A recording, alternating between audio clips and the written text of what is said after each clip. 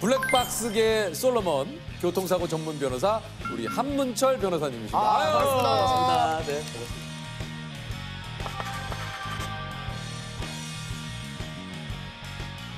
몇 대 몇 아저씨, 블랙박스 아저씨 한문철 변호사입니다. 반갑습니다. 몇 대 몇 아저씨, 블랙박스 아저씨 한문철 변호사님이십니다. 주변에서도 좀 얘기 많이 하지 않으셔서 유퀴즈 한번 섭외 올 것 같은데 이런 얘기 안 들으셨어요? 주변에서 왜 안 나가세요? 그러길래 안 부르니까 안 나가니까 안 부르니까. 올해 저희가 이렇게 모셨습니다. 그러니까 이제 교통사고 소송을 전문으로 하는 교통사고 전문 변호사가 맞으시는 거죠? 설렁탕 전문하면 설렁탕만 팔죠. 네네네. 저도 교통사고 소송만 하니까 전문이 맞습니다. 맞군요. 네. 아니 변호사님 유튜브 구독자 수가 무려 138만. 유튜브를 시작하게 된 계기가 예. 기존 방송에 조금 약간 불만이 좀 있으셨다고. 제 코너가 위클리 코너가 이제 계속 있었는데요. 제가 열심히 설명해주고 그럼 나중에 방송 나올 때는 제가 의도한 포인트가 빠져요. 편집을 하니까. 예, 그건 이제 시간에 맞추는 것 같은 생각이 들었어요. 맞아요. 시간에 맞추죠. 제가 방송국에 가서 하는 경우도 있잖아요. 무슨 뉴스 시간이나 한 15분 코너에. 근데 거기 가서 제가 중요한 거 얘기하려면 오늘은 여기까지만 듣겠습니다. 그럼 나 왜 불렀어요? 안 되겠다. 그럼 정확하게 포인트를 전달할 수 있고 시간에 구애받지 말고 그래서 유튜브를 시작하게 됐습니다. 그러셨군요. 하루에 블랙박스 제보가 얼마나 들어오시는지. 7, 80개? 많이 들어오네요. 이게 이제 직접 당한 교통사고 블랙박스도 공개를 하셨다는데 이게 일단 한번 볼까요? 제가 당한 거요? 예. 이분이 유료 주차장 주차 관리 아저씨. 예.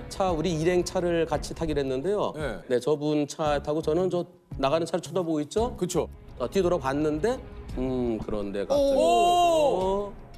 이런 아이고 이런 저때 저 다시 보세요. 저 바로 옆에 제 머리 뒤에 뭐가 있나요? 저 머리 옆에 벽 아니에요, 벽? 벽이 아니라 주차. 계단 어우, 그러면. 콘크리트 계단 모습. 네. 거기에 머리 붙였으면 저기 지금 없죠. 저 정말 위험 있는 상황인데요. 아니 너무 위험한데요 지금. 예. 진짜 운이 좋았어요. 어우, 정말 큰일 날 뻔했네요. 이게 사실 그래서 아무리 운전을 이렇게 숙달되게 잘하시는 분들도 늘 좌우 이 전방 후방 정말 잘 살펴보셔야 됩니다. 얼마 전에는 또 이런 사고 있었습니다. 아파트에서 차가 천천히 좌회전 들어가요. 근데 사람이 오는 걸 못 봤어요. 근데 살짝 붙였어요, 옆으로. 네. 근데 넘어졌어요. 살짝 붙였는데 진짜 부딪히면 뭐 진단도 안 나올 정도인데요. 그런데 사망했어요. 왜요? 넘어질 때 어떻게 붙이는지가 중요한데요. 넘어지면서 거기 화단 턱에 딱 붙였어요. 여기서 콩! 넘어질 일이 전혀 아닌데 스마트폰 하고 오고 있었어요. 그러니까 부딪히니까 이걸 붙잡다가 아이고. 저는 저기서 지금 팔이 먼저 네네네. 짚었잖아요. 근데 이거 보고 있으니까 이거 중요한 거 주로 이제 핸드폰, 스마트폰이 100만 원 넘잖아요. 갖고 있는 것 중에 제일 비싼 게 스마트폰일 겁니다. 그걸 지키시려고 하다가. 이거 지키다가 그래서 스마트폰 여러분들 걸으실 때 차가 없는 곳에서는 괜찮아요. 차가 다니는 곳에서 있는 스마트폰은 곳에서는. 주머니에 넣으세요. 우회전 할까 말까 좀 헷갈릴 때가 있습니다.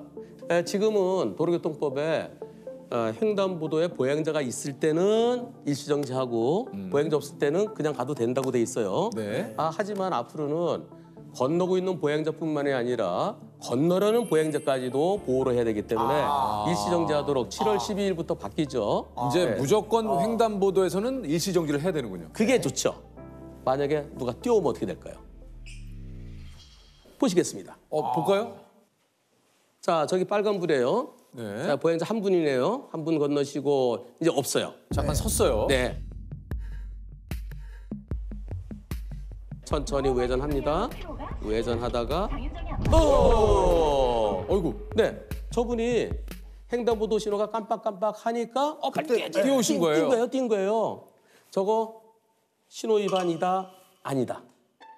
처벌 받는다, 안 받는다. 이거. 처벌 받지 않을까요? 그렇습니다. 그렇습니까? 처벌 받아요. 그러니까 사고 안 나면은 우회전하더라도 괜찮은데. 단속되진 않아요. 사고 나면 독박 써요, 독박. 신호위반 사고예요. 아까 그 사고 12주 진단 나왔어요. 무겁게 처벌받습니다. 그래서 횡단보도 녹색일 때 보행자 없네, 그냥 가도 되겠지. 그건 조심해야 돼요. 또 횡단보도 보행자 신호 빨간불 바뀔 때까지 기다렸다 가는 게 제일 안전하죠. 자, 저 1차로에 있는 차 보세요. 예. 저 1차로 차, 저 차. 네. 저 차가 깜빡이를 켜면서 2차로 들어오죠. 들어오네요. 자, 나는 그냥 쭉 가요. 앞차랑 여유 있습니다. 잘 가는데 저 차가 깜빡이 켜면서 바로 들어오더니 갈 줄 알았는데 뜨악 멈춘다. 으아! 갑자기 왜 멈추네. 갑자기 멈추? 아, 포합차가 또 브레이크 잡았어요. 자, 이번 사고 바퀴 4개가 다 들어왔죠. 예. 내가 앞차를 들이받았죠. 그렇죠. 누가 더 잘못했어요? 그러니까 뒤에서 들이받은 게 잘못이지 않을까요? 일단은 제가 저희들이 아는 상식으로는 어찌됐든 저 안전거리 미확보나 요것 때문에 좀 뒤차가 조금 책임이 더 있다고 되지 않습니까? 어떻습니까? 와, 근데 사실 앞차 운전자는? 근데 이거는- 이거만 봤을 때는 와 너무 사실 억울하죠? 억울해요. 억울하죠. 자, 그럼 다시 누가 더 잘못? 그냥 억울합니다라고 말씀드리고 싶어요. 앞차가 잘못한 것 같아요. 앞차가 더 잘못. 네. 아, 이거 뒤차가 잘못했다고 하기에는 이게 좀 너무 애매한데요. 그렇죠. 예. 예전에 블랙박스 없을 땐 뒤에서 들이받으면 왜 앞을 제대로 못 봤어? 왜 안전거리 지키지 네, 못했어? 맞아요. 그래서 뒤차 100%라고 그랬습니다. 네. 그런데 뒤차 입장에서는 그 차가 깜빡이를 켜더라도 깜빡이 켜고 뒤를 봐야죠. 그리고 깜빡이는 미리 켜야죠. 일반 도로에선 30m 전에 켜야 되고요. 고속도로에선 100m 전에 켜고 그리고 확인하고 들어와야 되는데 그냥 키자마자 쑥 들어서 탁 치면은 으악! 그거 대처할 수가 없잖아요. 예, 앞차가 잘못이 더 크고요. 다만 그 차 깜빡이 킬 때 혹시 보니까 빵 들어오지 마. 내가 먼저 지나갈게. 나를 못 볼 수도 있으니까 그렇게 했더라면 하는 입장에서 약간의 맛이. 불박차에도 한 20%에서 많으면 30%? 실질적으로 저 사건은 앞차 70, 뒤차 30으로 끝났습니다. 이번 영상은 뭐가 나타날 거예요. 왕복 8철의 넓은 길이죠. 정상대로 잘 가고 있습니다. 속도도 빠르지 않고요. 앞차랑 안전거리 유지하고 가고 그러네요. 있었는데 아무것도 없는데 편의를 위해서 옆에 동그라미 하나 쳐드릴게요. 뭐가 하나 보일 겁니다. 동그라미 보이나요? 보이나요? 보이나요? 이장입니다. 뭐야? 저 뭐예요? 저거 그 카트 아닙니까? 카트. 예. 저게 왜 와? 저기 왜 왔죠? 저기 왜 와? 혼자 왔어요. 저쪽에서 대형마트에 카트 보관소가 있는데 그거 흘러내렸구나. 차고차는 옆에다 놓은 게 슬슬슬 흘러내려가고 흘러내렸어. 나중에 가속도 붙어서 관리하는 사람이 또 안전한 곳에 옮겨야 돼요. 네. 그러지 않고 그냥 방치해둔 거 좀 마트의 잘못이고요. 저 자동차에게 잘못이 있을까요? 솔직히 저거는 자동차에게 잘못 있다고 보기에는 상당히 좀 힘들 것 같은데. 예. 네, 저는 100대 0 의견입니다. 뭐 아주 깔끔하시네요. 예. 진짜 황당한 영상이에요. 보세요. 고속도로예요. 앞차, 저 흰색 차. 문이 열리네요. 문을 왜 열어? 뭐야, 옆에랑 장난치는 거야? 뭐예요, 저거? 싸우는 거예요? 좀 위험하죠? 아니, 장난치는 것 같아. 와, 이게 뭐야? 좀 위험하죠? 아니, 장난치는 것 같아. 와, 이게 뭐야? 엉덩이 춤을. 야, 늑대와 춤을이 아니고 엉덩이 춤을. 이런. 다시 들어갔네. 야, 저거는 정말 너무 위험한 행동 아닙니까? 저러다가 만약에 예. 떨어지기라도 하면? 어떤 차가 팍 들어오면은 차 휘청하면서 당연하죠. 그냥 100% 떨어집니다. 저렇게 위험한 행동하는 차는 멀리, 이상한 차는 거리를 더 뚝 떨어뜨리십시오. 자, 신호가 막 바뀌었네요. 출발합니다. 저 앞에 뭐가 보인다. 또 오토바이 나무. 멈춰. 오토바이 신호 위반이야. 근데 할머니 카트 오토바이 2대가 이쪽에 차 막아주고 에스코트를 좀 예, 이렇게 에스코트. 할머니. 힘드시죠? 큰 사고로 막아주신 거네요. 예. 야, 나중에 후방 영상으로 봤더니 완전히 끝까지 다 건너주시더래요. 이건 진짜 우리 숨은 영웅 시민들. 그렇죠. 참 정말. 예. 아니 사실 이번 베이징 올림픽 쇼트트랙 그 편파 판정 때도 변호사님이 밈으로 좀 등장해서 인기를 끌었어요. 이거 혹시 변호사님 톤으로 한번 읽어주시면 안 될까요? 읽어주시죠. 이게 뭐야? 잠깐만.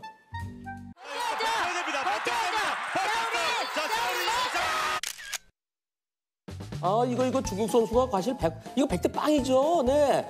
이게, 여수관 이런 피할 수도 없고요. 예상도 못하죠. 자, 여러분 투표해 보겠습니다. 이거 투표 가치가 없는데 그래도 혹시 모르겠습니다. 네, 저 이상한 사람도 있을 수 있으니까요. 자, 과연 몇 대 몇일까요? 자, 투표 결과. 아이고, 한 분이 잘못 들으신 거죠, 이거는? 이거 100대 빵이죠.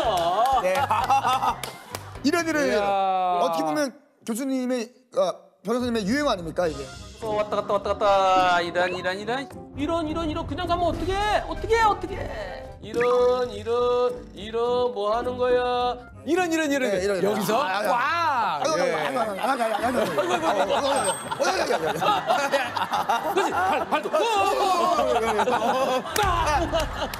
제가 이해하기 가장 좋은 방송입니다. 뭐 효과음이 많이 나오기 때문에. 빠지는 줄 알았더니 잡으세요. 이러더니 갑자기 그 상대방 차더니 꽝 하고 결국엔 폐차. 저기 연봉이 어떻게 돼요? 저요? 예. 왜? 빠져야지. 제가 지금 하는 일이 제가 바빠서 다 못하거든요. 저랑 좀 나눠서 했으면 좋겠어요. 약간 느낌상으로는 가업을 입는 느낌.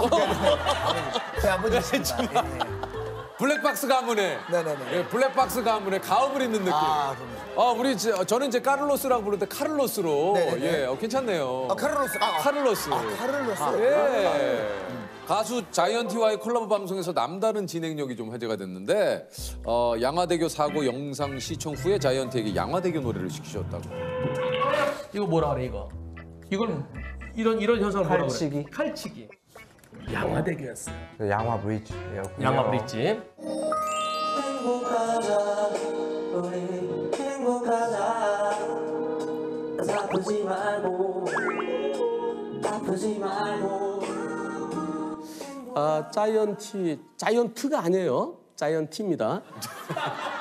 아니 전 처음에 자이언트인 줄 알았어요. 그러니까 자이언티. 예. 짜가 아니라 자. 예, 죄송합니다. 네.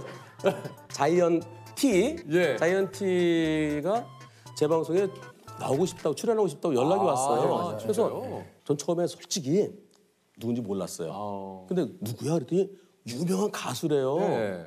그래서 옛날엔 조용필, 지금은 자이언티래요. 뭐 계보가 또 그렇게 이어졌네요. 그 양화대교 유명한 거 있어요. 근데 나중에 또 보니까 뭐 빙빙 돌아가는 대전목 이게 최고라는 거예요. 그래. 아니 그 계속 그래. 이거 지불놀이 아닙니까? 지불놀이. 가만 있어. 좋으세요. 뭐 지불놀이 얘기예요. 지금. 그런데 그걸 하기 전에 양화대교로 유명하니까 제가 갖고 있는 영상 중에서 양화대교 사고를 제가 골랐죠. 예. 그래서 그걸 갖다 딱 틀어주고 이거 몇 대매 누구 잘못 그러고서 양화대교 아버님이 생각날 것 같은데 그러면서 제가 양화대교 한번 듣고 싶습니다. 엄마 행복하지 아프지 마라. 엄마 행복하지 아프지 마라. 이거. 이거는 엄마 엉덩이가 뜨거워.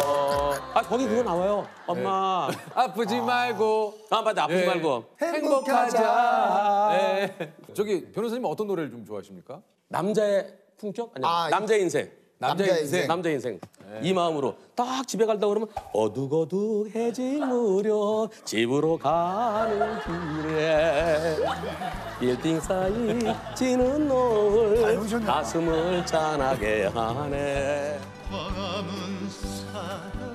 양측 보험사가 우리 재판하지 말고 한문철 변호사는 유튜브에 제보를 해서 변호사님이 정해주는 과실 비율대로 합의하자라는 경우까지 좀 있다고 그래요. 그런 경우가 요즘 늘어나고 있어요. 자, 싸우지 말고 여기다 그 한문철 변호사한테 올려서 거긴 또 저 혼자 얘기하는 게 아니라 시청자 투표도 하고 그리고 또 왜 그런지 몇 대면 말만 하는 게 아니라 그 이유 식을 쓰죠. 식. 법원의 판례가 이렇고 법원의 판사들이 이렇게 이런 식으로 하고 그래서 저는 몇 대몇 의견입니다. 그러면 그대로 따르는 경우가 제법 있는 것 같습니다. 이야. 우리 변호사님은 어떻게 교통사고 전문 변호사가 되신 건지. 우연히 제가 책을 한 권 써냈는데요. 제가 이제 군복무 법무관으로 이제 근무하면서 생활비가 좀 부족해요. 이거 뭔가 좀 해야 되겠다. 그래서 교통사고에 대한 책을 한번 써보면 어떨까요? 해서 쓴 게 교통사고의 법률 지식이라는 책인데요. 그게 최초의 책이었어요, 우리나라에서. 그게 좀 뭐 인기가 좋았죠. 그래서 이제 그 책으로 인해서 한문철 그 변호사면 교통사고 전문가다. 그런 남들이 그렇더라고. 저는 아니었는데. 그게 인연이 돼서 제가 이제 변호사 개업한 다음에 처음에는 형사 사건을 많이 했었습니다. 형사 사건이요. 근데 한 2년 하다 보니까 이게 좀 저한테 안 맞는 것 같아요. 좀 안 맞아요. 예, 좀 약간 회의도 들고 그러던 중에 제가 알고 지내던 그 모 보험사 이제 버스 공제조합에 피해자가 보험사를 상대로 소송 걸었을 때 보험사 측 변호사로서 도와달라는 거예요. 그러면서 모든 그 소송 준비를 다 하고 열심히 하다 보니까 제가 실력이 조금씩 늘더라고요. 그러니까 승소율도 높아지고 그래서 서울에서 재판하는 거는 거의 다 제가 맡아서 진행했죠. 아니 5년간 1000건의 소송을 맡았는데 판사님이 판결하는 금액 단위까지 맞추셨다고요? 아, 그거는 지금은 그렇게 안 하는데 예전에는 이제 판사실에서 조정을 했어요. 그 판사분이 한 변호사님 어떻게 생각하십니까? 저는 뭐 제가 계산한 게 있습니다만은 얼마인가요? 그래서 제가 이렇습니다. 예를 들어서 뭐 2억 7,874만 524원 뭐 이런 식으로. 그랬더니 똑같네. 와. 판사가 계산하는 거 똑같은데요. 그래서 그게 소문 나갖고 야, 한 변호사는 칼이다 칼. 아니 원까지 똑같았어요. 데이터죠. 데이터의 힘이죠. 저는 그게 많이 하니까 사건도 소송도 많이 했고요. 저한테 거의 다 오잖아요. 한 달에 한 2,000개 정도가 올라오고 그 자료가 모이는 거예요. 결국은 데이터입니다. 아이고 모쪼록 빠른 쾌유 기원하면서요. 이제 보험사 측 대리인을 한 5년 하다 보니까 좀 안타까울 때가 있어요. 저 더 받을 수 있는데 예컨대 저거 내가 계산하면 한 5억은 받을 것 같은데 저는 깎아야 되잖아요. 그래서 이거 5억인데 제가 4억을 탁 불러요. 4억 불르면 고맙습니다 그래요. 5억 플러스 알파가 돼야 되는데 야 그러고서도 수임료는 한 20~30%가 아마 또 떼야 될 텐데 그런 피해자분들은 정말 안타깝다. 내가 언젠가는 한 1000여 건 소송을 한 이 데이터를 기준으로 가지고. 해서 피해자를 위한 뭔가 자료를 만들어주고 싶다. 소송을 준비할 때 인체 골격을 두고 공부를 하셨다고. 의료 재료상 가면은 사람 그 모형 있잖아요. 있죠. 뼈 이렇게 된 거요. 네네. 그걸 갖다 놓고 저희 사무실에 대학병원 출신 간호사가 제일 많을 때는 8명까지 있었습니다. 왜냐하면은 얼만큼 다쳤냐, 장애가 얼마나 남냐, 그리고 앞으로의 치료 부위가 얼마나 필요하냐 이런 것을 확인하기 위해서 대학병원에 신체 감정을 하게 되는데요. 근데 모르면 못하죠. 그래서 제가 잘 모르니까 그럼 이게 여기지? 그거 막 움직여요. 그럼 여기 다쳤다는 거지? 요거 주관절 그래. 그럼 여기 여기야? 신경은 어디 쪽에 있는 거야? 그러면서 공부를 하면서 굉장히 대단하시네요. 디테일하게. 진짜 이게 참 공부와 진짜 이 노력이 있으니까. 저는 제 머릿속에 한 2만 장은 좀 안 될 거예요. 최소한 15,000장 이상의 신체 감정서가 이 안에 들어 있습니다. 그래서 들어 있어. 진짜 있어요? 보여드려? 야, 열어봐. 뭐 보입니다.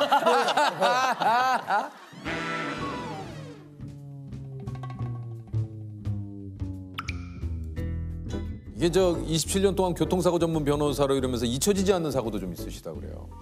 많이 있죠. 네. 진짜 저도 울고 저희 직원들도 같이 울었던 사고가 있었는데요. 2004년도에 음주 만취된 차가 중앙선 넘어서 이 영업용 택시를 들이봤는데 그 기사분께서 돌아가셨어요. 그때 애들이 아들은 7살, 딸은 5살이었어요. 근데 엄마가 아빠가 떠나시고 애들한테 말을 못하는 거예요. 아빠가 돈을 더 버시려고 미국에 가셨어. 그렇게 몇 달 지났어요. 근데 저한테 편지가 왔습니다. 변호사님, 우리 딸 내일이 생일인데요. 아이고, 이번 생일날 아빠가 그 장난감 콩순이 세탁기. 아빠가 사주신다 그러셨는데 아빠는 오늘도 안 오시고 어떻게 되는 거야? 그러니까 그 사연을 저한테 적어왔길래 그래서 제가 콩순이 세탁기를 아무리 찾아도 없는 거예요. 그거 제일 비슷한 뽀야 세탁기라는 걸 해서 보내줬어요. 또 저도 아버님께서 돌아가신 지 며칠 안 됐을 때예요. 이제 우리는 다 형제들이 다 컸는데도 좀 많이 좀 힘들고 그랬었는데 아빠를 잃은 그 아내와 그 이제 5살 된 그 딸아이 그거 보니까 눈물이 나오죠. 그리고 근데 나중에 편지 왔을 때 더 슬펐어요. 이거 아빠 친구가 보내주셨어 그랬더니 아빠 친구는 좋겠다. 아빠 친구는 미국에 안 가시고 한국에 계셔서.